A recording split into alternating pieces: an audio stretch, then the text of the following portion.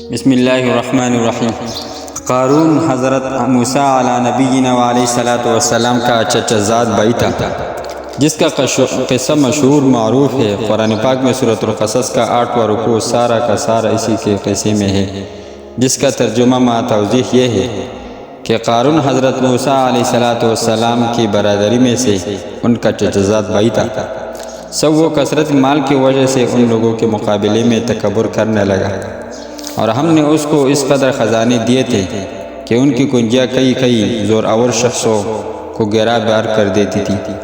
یعنی ان سے بمشکل اٹھتی تھی۔ اور جب خزانوں کی کنجیاں اتنی تھی تو ظاہر ہے کہ خزانے تو بہت ہی ہوں گے۔ اور اس نے یہ تکبر اس وقت کیا تھا جب اس کو اس کی برادری نے حضرت موسیٰ علیہ الصلاۃ والسلام وغیرہ نے سمجھانے کی طور پر کہا کہ تو اس مال و دولت پر اترا مت، واقعہ اللہ تعالیٰ اترانے والوں کو پسند نہیں کرتا،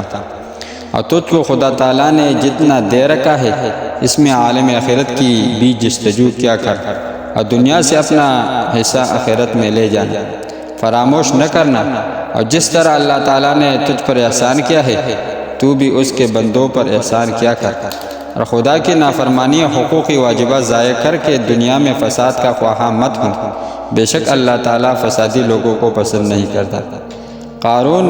نے ان نصیحتوں کو سن کر یہ کہا کہ مجھ کو تو یہ سب کچھ میرے ذاتی ہنرمندی سے ملا،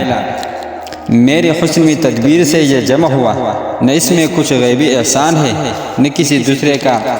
اس میں کوئی حق تعالیٰ شانہ نے اس کے قول پر عتاب فرماتے ہیں کہ کیا اس قارون نے یہ نہ جانا کہ اللہ تعالیٰ اس سے پہلے گزشتہ امتوں میں سے ایسے لوگوں کو ہلاک کر چکا ہے جو مالی قوت میں بھی اس سے کہیں بڑے ہوئے تھے،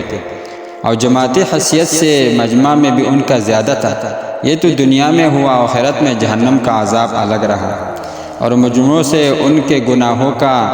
سوال بھی نہ ہوگا کہ ہر شخص کا پورا حال اللہ تعالیٰ شانہ کو معلوم ہے۔ مطالبہ کی وجہ سے سوال علیحدہ رہا۔ پھر وہ قارون کے ایک مرتبہ اپنی رائش و شان کے ساتھ اپنی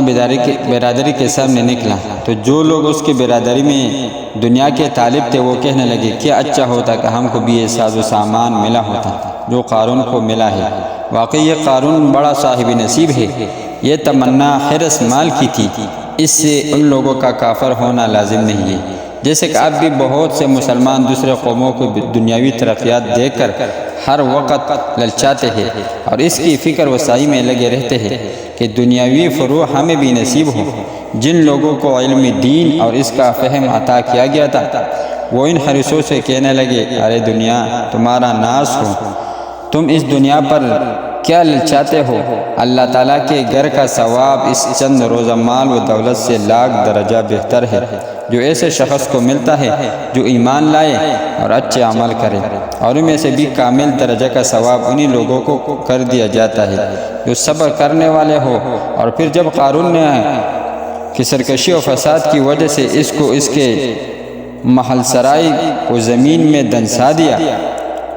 کوئی جماعت ایسی نہ ہوئی کہ اس کو اللہ تعالیٰ کے عذاب سے بچا لیتی، نہ خود ہی کسی تدبیر سے بچ سکا۔ بے شک اللہ تعالیٰ کے عذاب سے کون بچا سکتا ہے اور کون بچ سکتا ہے۔ قارون پہ یہ عذاب کی حالت دیکھ کر کل جو لوگ اس جیسا ہونے کو تمنا کر رہے تھے وہ کہنے لگے جی بس یوں معلوم ہوتا ہے کہ رزق کی فراخی کا اور تنگی کا مدار خوش نصیبی یا بد نصیبی پر نہیں ہے، بلکہ اللہ تعالیٰ اپنے بندوں میں سے جس کو چاہتا ہے روزی کی فراخی دیتا ہے اور جس کو چاہتا ہے تنگی دے دیتا ہے۔ یہ ہماری غلطی تھی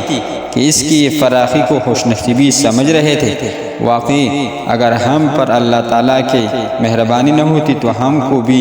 دنسا دے دیتا کہ گناہگار تو آخر ہم ہی ہیں۔ بس جی معلوم ہوا کہ کافروں کو کوئی فلاح نہیں ہے۔